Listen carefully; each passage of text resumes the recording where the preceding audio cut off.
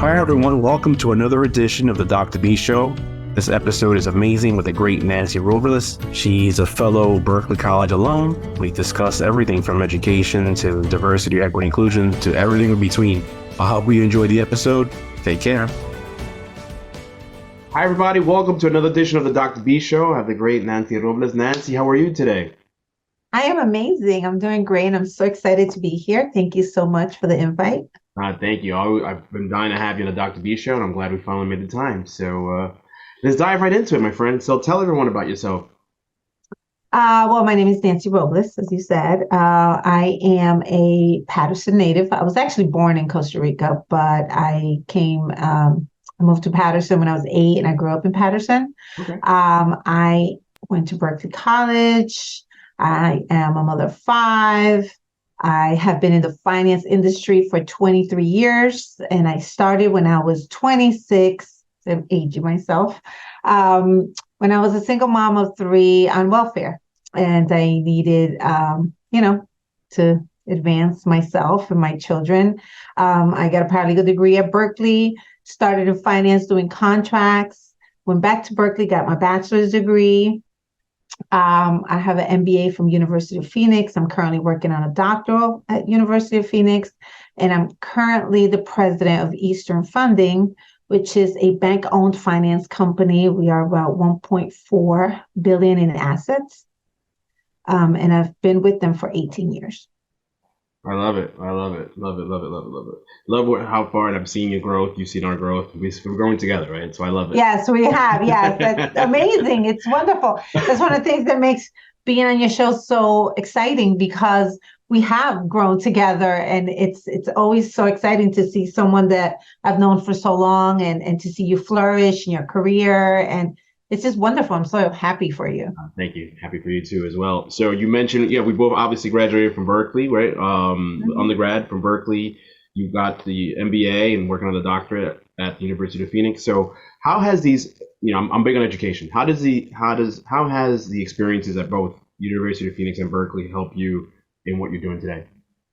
Well, I tell you, when I went to Berkeley, as an immigrant child, first generation, a lot of poverty, single family home, being prepared for college was very challenging. And I wasn't. When I got to Berkeley, I was not prepared at all. And I barely graduated high school. Education was not necessarily that my mom didn't care, but she worked 3 jobs. She didn't have time to worry about my grades. And so it wasn't a big priority for me. Just graduating high school was like, okay, I've arrived, but by the time I went to Berkeley, when I had my 3 kids and I was on welfare, I really was in a position where I desperately needed guidance. I desperately needed to find confidence in myself, in my abilities. And so I think the first 2 years at Berkeley were really critical for my professional development, because they helped me find my voice and find the confidence that I'd lost, through the years of struggling to learn how to speak English and assimilate into a completely new culture, and just all the struggles of being an immigrant in a single parent household, and having all the challenges that come with poverty. And so going to Berkeley really was impactful. It really was the biggest milestone in my career development. And, subsequently, every other degree I've gotten has been critical for me, because I'm a woman and a woman of color. I need to be better. I need to be more prepared. I need to show up with more tools than anyone else, because, the standards are not the same. And so it's been helpful in that it's given me the confidence and also the background that I can't get. If you come from a household where your parents went to college, and you have generation after generation, or a legacy of people who've experienced college and are prepared and know the tools you need, then you have a different confidence. And so, but when you have to develop that on your own, on the job every day, having the additional education in the background that you get in school, although it's not real life experience, it's mostly theory, but it gives you the tools that, at least some of the tools that you are lacking. So for me, my education was really for me. No one told me I had to get it, but it was a way of advancing myself and giving myself the resources and the tools that I needed to have somewhat of an opportunity in regards to my peers who are have different privileges and are prepared in a different way. I agree. You and I come from the same cloth, first gen college grad in the household, and yeah, I had no one. I had a couple of mentors, cousins here and there, but yeah, no one in the household exactly. So Mhm. I didn't get any hand me downs like you. I had to really scratch and claw my way to where I'm at today. So we have that commonality as well. You've been involved with Eastern funding since 2005, right? So or 18 years you said, right? So how did you actually get into that? I know you mentioned a little bit on in the first question. How did you actually get into Eastern funding? Well, I was with Fleet Capital Healthcare. That's why I started my finance career. And like I said, I had a paralegal degree and I did contracts for them. After 5 years, Bank of America bought them out. I spent 3 months at another local community bank in New Jersey, and my experience there was terrible because they were not. It was not a place where I was much younger, women of color could thrive. It just there was no opportunity for me, and nor will there ever be. It was just not that environment, and so I quickly figured that out. Luckily, and after 3 months, I started looking for other jobs. I ended up at Eastern Funding, which was it was a big risk for me. I had three younger kids at the time. I was a single parent, and I'd never worked in New York City. The whole experience was very new, and it was a younger company at the time. So I went from like Fleet, that was a very established bank, to this younger company. It was only about 20 people. There were 150 million in assets, which, you think about how much we've grown since. But I saw a lot of opportunity. My boss at the time, he was really great in that he was the type of man that he wasn't intimidated by my ambition and my willingness to take risks and do the job and, kind of push the envelope to force us into new um, to help us prepare for growth. That's really what I did because I focused on operations and compliance for a really long time. And so he allowed me the opportunity to grow. And he also, one of the things that he didn't do is hold it against me that I was Nancy from Patterson, right? That occasionally the neck would shift a little bit when I got really upset. Yeah, Or my slang, my queen slang comes out once in a while. People are like, "What did you say? Crib? What does that mean?" exactly. So he didn't hold that against me, which was great because most people do, right? When they see Patterson Nancy, they're like, where are you from? He gave me that environment, a safe environment for me to grow, which was what I needed at the time.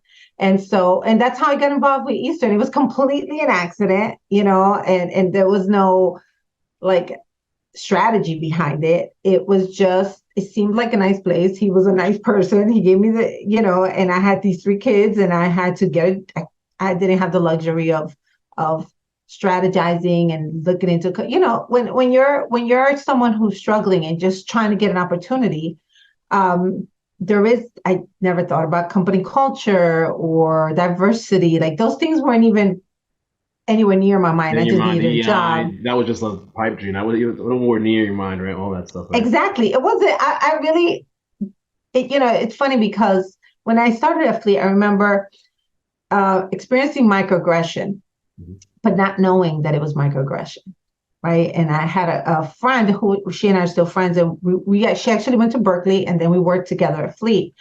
And I remember her telling me, not she didn't call it a microaggression because we didn't have that vocabulary, but Right. her explaining to me what it was, why someone was treating me differently, and why they spoke to me differently than they spoke to other people that didn't look like me. Because Fleet, I think there were about 150 employees at one time, and if we had 10 ethnic minority people, is a lot, right? 10 was probably the max, and so I experienced a lot of that. And yeah, I didn't even know what DEI was until I think I learned a lot more about DEI during my MBA when I was really exposed to those ideas and the languages and so on and so forth. Love it, love it. You mentioned in the previous question you was promoted. You eventually became president. You became EVP and big in operations. How did that come about? Was that through mentorship? Can you kind of elaborate on that a little bit? No, I wish. No I'll tell you, mentorship. No it's, mentorship. the thing about mentorship is the CEO of Eastern Funding, he's really big on consultants, right? So we always had these leadership development consultants. For years we did. And what was interesting is I never quite identified with any of them. None of them I felt were helpful. And then one day I realized, I was like, and I told them, I was like, these guys can't help me because they're all white men and they can't identify with my challenges. They can't identify or relate or help me overcome the obstacles I, as a woman of color, have to overcome. So they can't mentor me in the way that I need to be mentored. And that was a really big moment for me. And that was only like maybe in the past 3 years. And so of course he's a great person and he realized that, he said, well, hire whoever you want, find a woman of color and hire her. And it just so happens that we were engaging this woman that I met at a conference. She and I both spoke out at a conference for women of color specifically. And I had engaged her to do our surveys and other work, and she also does coaching. And so she does a lot of mental health work for Eastern Funding. And so I hired her to also do my coaching, and she has been amazing. And it was really, really um, change. It really made a significant impact to have someone who I could relate to and who really understood what my unique needs were and challenges, and someone to just like really be able to speak to honestly, have her validate my feelings and my experiences, right? And that was really impactful. But how I came about to get into president, like I said, worked at I did every possible job at Eastern Funding. I did everything from, at some point I was doing workout loans, credit, documentation, loans, like you name it, right? And so, and also years ago when the bank bought us in 2006, we needed to start focusing on compliance because now we were regulated. And so that became an area of focus for me. Now, I didn't have compliance training. I just volunteered to do the work that nobody wanted to do. We had a 3-month long project. I had to work 7 days a week to get us, up to date with what we needed to be for our audits. And who else would do that? Like nobody wanted to do that. But I created opportunity for myself by taking risks and being willing to learn and to take on new areas and be out of my comfort zone. And so I did that throughout my career. And I just, I remember getting promoted to vice president, I guess 14 years ago, and how I was like, what? Like, I could not believe that I had vice president on my title. It was such a big deal for me because honestly, as I did these things in terms of taking the risks and being willing to go outside of my comfort zone, I wasn't striving for a specific title. I just was striving for opportunity because I had these kids to take care of, right? And now I have 5, but as it grew, I'm like, wow, I really need to. And so I was promoted to chief operating officer in 2021 when my boss, the man who had been my boss for 15 years, left the company. And he left to start his own business, and it was very unexpected. But it was like seamless because I did the job. I'd been doing the job for a long time. I was VP of operations and compliance. So it was like we didn't miss a beat. I just kept doing the work. And so I was promoted. And I will say that the promotion took some negotiating because, once he left, it's like, oh, we don't need that position anymore. I'm like, oh, no, we do because I'm doing the job. So I want the title because I'm doing the work. And so, as always, and I would say it, none of that is intentional or conscious, but there's definitely always an underlying unconscious bias when the things like that happen. And not just to women of color, just women in general, people of color, where an opportunity like that comes up, you do the work, and then suddenly the title or the role is gone. And it's like, well, the work didn't go anywhere. I'm still doing the work. But the presidency was really my CEO. That was, I never, honestly, I didn't even think chief operating officer was an attainable position for me. So when it happened, it was a pretty big deal. And then it was him. He said that he wanted me to be the president because he believed that I was the only person who could take the role and run the company in his absence, as he's the CEO now, but the day-to-day of running the company is my responsibility as president. And he explained that he thought I was the only person that was prepared and could, had the skills and the experience and the knowledge to be able to continue to run the company. And of course I accepted. But it wasn't, that's the thing about it. It wasn't like that was my goal. It just, I showed up every day and did my best and continued to grow, go to school and continue to develop my skill set.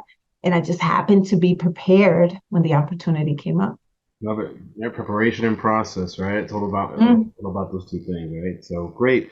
Wanted to take a step back a little bit and then come back forward, right? So I brought this up in another episode of the Dr. B show as well. So according to a study by SAD, shout out to Sid Wilson, Hispanic executive in 21, according to the survey, there's about 5%. 5% of us in that C-suite, right? All across most Fortune 500 companies, right? So, what do you think we could do? I don't know if we had enough time today, but what can we do to change that narrative? You think? What do you think we could do to get more folks like you and I in the C-suite?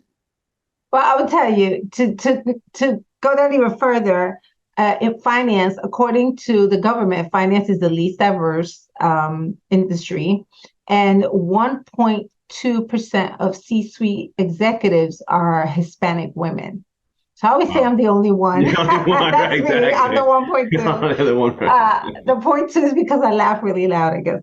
Sure. No, but really, DEI is one of my passions. The Monitor, which is a magazine that's really big in the equipment finance industry, nominated me to DEI Champion of the Year.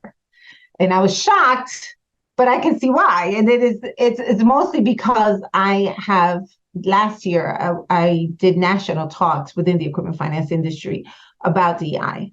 Eastern funding is 63% minorities.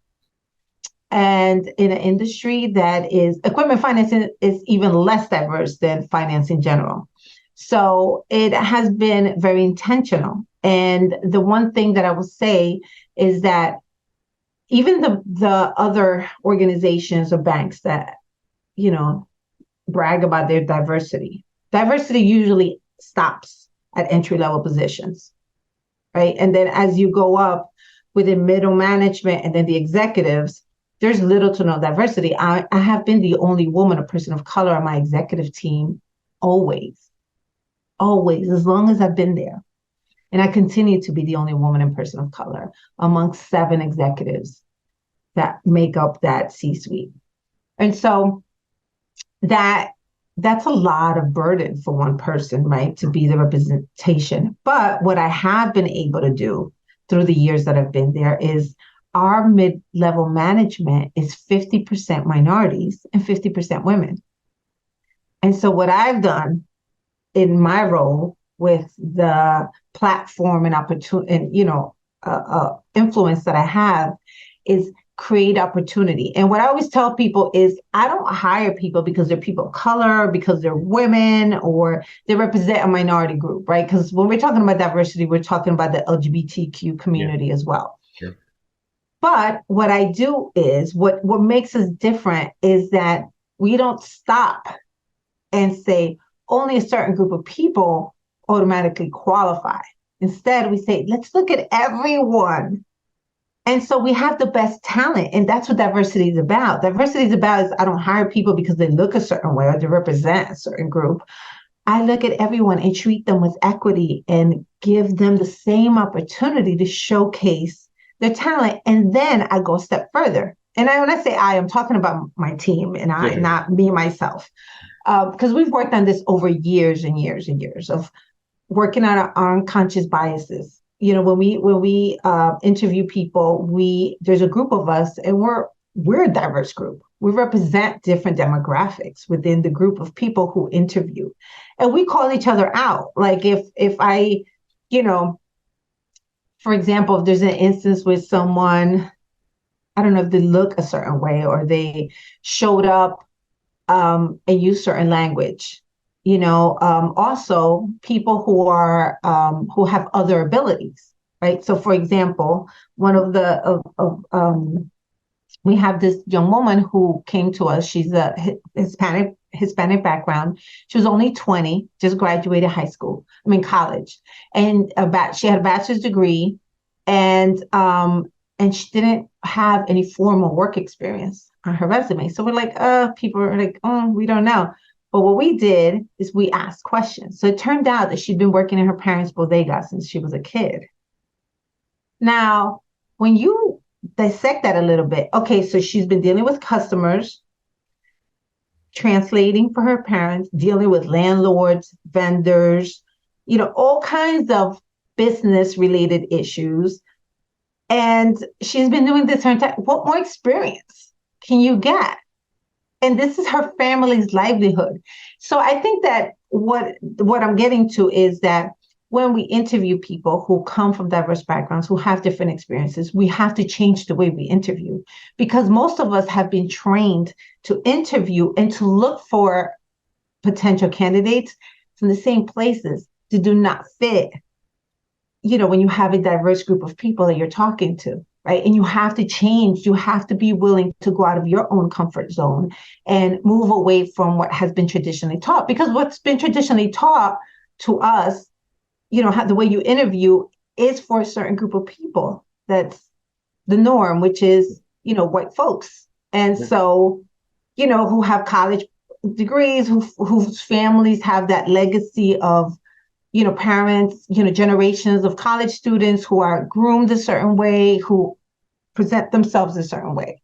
And so what we often do is, even if we're willing to see every candidate that applied, we're not, when they come in, we have these preconceived notions of what they should look like, what they should sound like. Yeah. I, for myself, and I always talk about this, for years, I kept my hair really short and I only wore dark suits, didn't wear jewelry.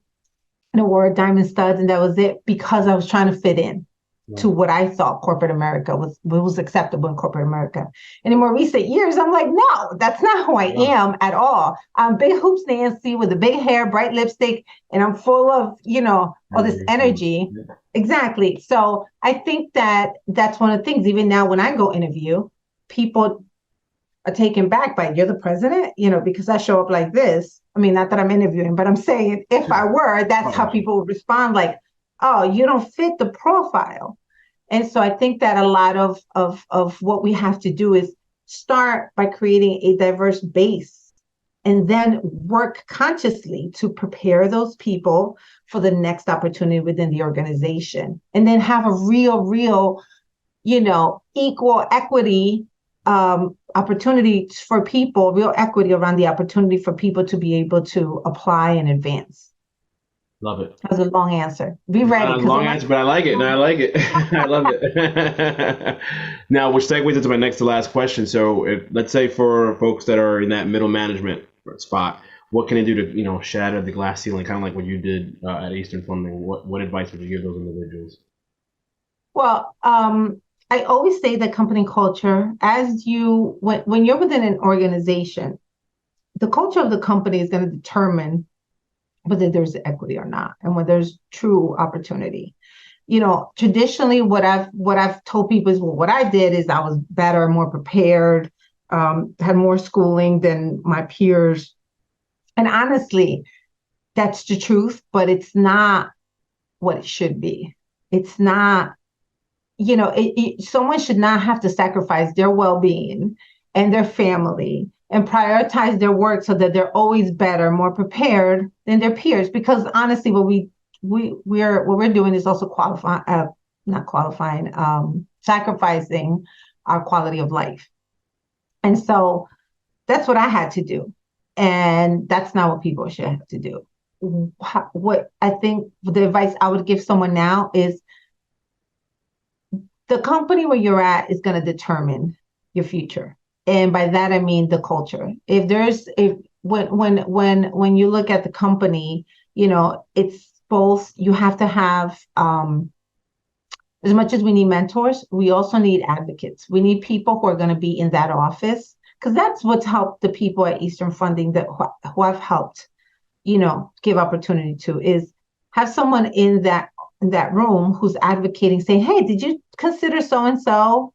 Or when someone says, well, that person, well, do you understand why they did that? Or do you understand why they dressed that way? Do you understand why, and so, and educate, right? And so, but if you don't have those advocates, the opportunities themselves might not open up, no matter how good you are, no matter how hard you work, how prepared you are, or the education you have. So I think of the biggest thing that we need to look at, instead of, although we should be better, we should be prepared, we should work hard, we should seek or strive to have all the education that we can get, because that is important, but that's for you.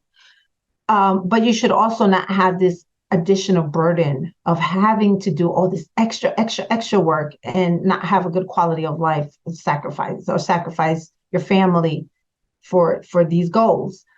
What I would say is put more energy into finding an organization that has the right culture, that has real opportunity and advancement for people that are from minority backgrounds, whatever that is, whether it's a person of color, whether it's women, whether it is, LGBTQ plus community, or people with other abilities. Because that's ultimately what's really going to determine how much opportunity you have. You can come with all the credentials in the world, but if the people who are making the decisions do not see you as a possibility, you're not going to go anywhere. Yeah, it has to be a two-way street, right? You have to fit the organization and vice versa. Right? So I totally agree.